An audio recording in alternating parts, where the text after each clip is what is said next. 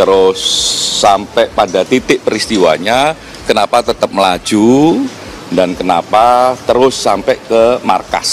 Bribka Rohmat, di mana Bribka Rohmat ini juga sebagai pengendara mobil rantis. Ini hari kedua untuk sidang kode etik yang rencananya akan satu orang pada fungsi yang membawa mobil rantis tersebut atau sopirnya. Lah, harapan kami memang bisa didalami lagi terkait kenapa itu mobil meninggalkan rombongannya, terus sampai pada titik peristiwanya, kenapa tetap melaju, dan kenapa terus sampai ke markas. Lah, itu semoga ini bisa terurai, karena kemarin sudah terurai sebenarnya. Tapi kan komandan sama sopir ini gimana, terkait juga soal komunikasi dan sebagainya. Sehingga ini tidak hanya bisa menghadirkan keadilan bagi keluarga korban, tapi juga bisa menghadirkan informasi seterang-terangnya. Peristiwa ini kita dudukkan kayak apa. Semoga juga membandingkan dengan video-video yang beredar, karena itu kan penting untuk posisi sopir, ya kan? Apakah dia bisa melihat almarhum ataukah tidak? Nah, semoga ini nanti akan didalami, terus bagaimana situasi di dalam, khususnya psikologi dia ketika menghadapi peristiwa tersebut, ya, keramaian, terus ada almarhum yang ada di depan, yang melihat ataukah tidak, terus ketika melindas gitu, itu situasinya kayak apa. Lah, itu semoga nanti bisa didalami, karena itu poin paling penting di samping soal komunikasi. Sebelumnya, Saudara, Majelis Sidang Etik Polri menjatuhkan sanksi pemecatan terhadap Kompol Kosmas Kajugae buntut kasus tewasnya seorang pengemudi ojek online, Afan Kurniawan. Kompol Kosmas yang merupakan Komandan Batalion Resimen 4 Korps Brimob Polri resmi dipecat dari Polri karena pelanggaran etik berat. Proses dalam sidang etik ini, Polri juga melibatkan Kompolnas. Ya, sudah datang tadi sekitar pukul 9.30 waktu Indonesia Barat, kemudian langsung masuk ke ruang sidang dan saat ini sidang sedang berlangsung. Tadi Bribka Rohmat bersama dengan sendiri, maksud saya, ini akan melakukan sidang etik pada hari ini, karena memang kalau kita melihat ada 7 Brimob di dalam mobil rantis yang menabrak Afan Kurniawan, yakni pada Kamis pekan lalu, tetapi memang ada 2 kategori pelanggaran yang disematkan oleh Polri kepada 7 Brimob ini.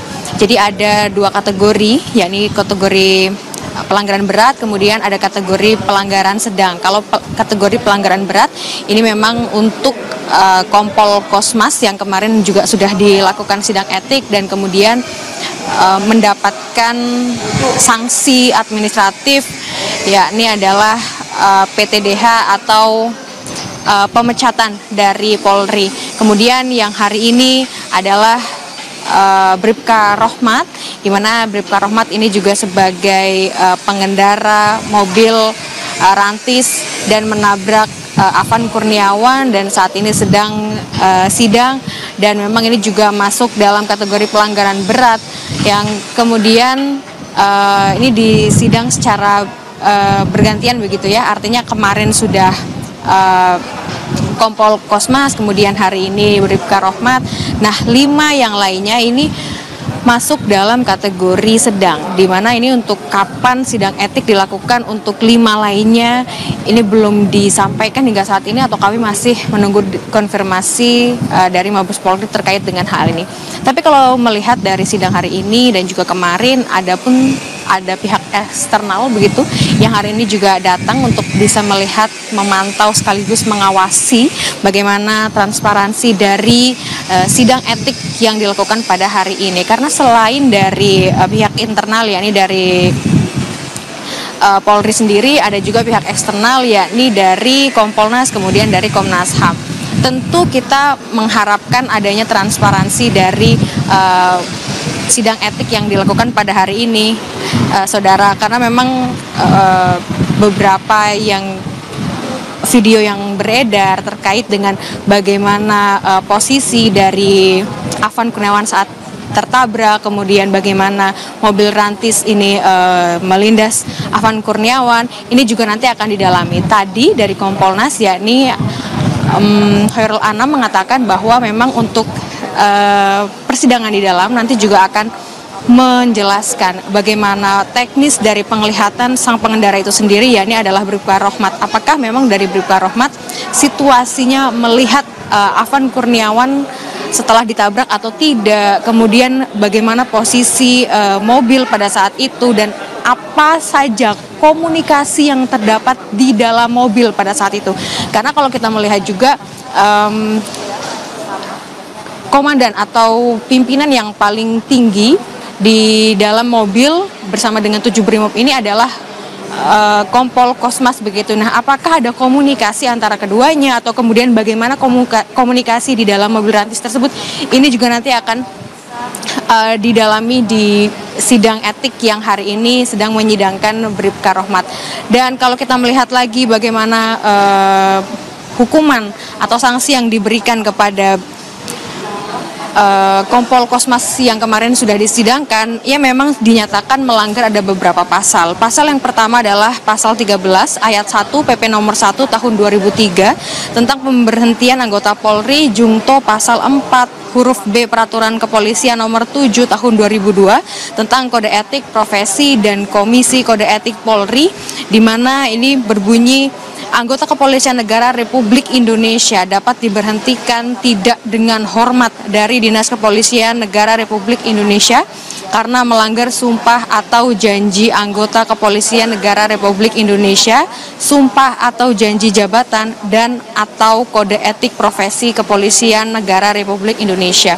Tidak hanya itu, ia juga dinyatakan melanggar pasal 4 huruf B Peraturan Kepolisian nomor 7 tahun 2022 tentang kode etik profesi dan Komisi Kode Etik Polri, yakni setiap pejabat Polri dalam etika kenegaraan wajib B. menjaga keamanan dalam negeri yang meliputi terpeliharanya keamanan dan ketertiban masyarakat, tertib dan tegaknya hukum, terselenggaranya perlindungan, pengayoman dan pelayanan masyarakat, serta terbinanya ketentraman masyarakat dengan menjunjung tinggi hak asasi manusia. Dan yang terakhir, Kompol Kosmas juga dinyatakan melanggar pasal 8 huruf C angka 1 Peraturan Kepolisian nomor 7 tahun 2022.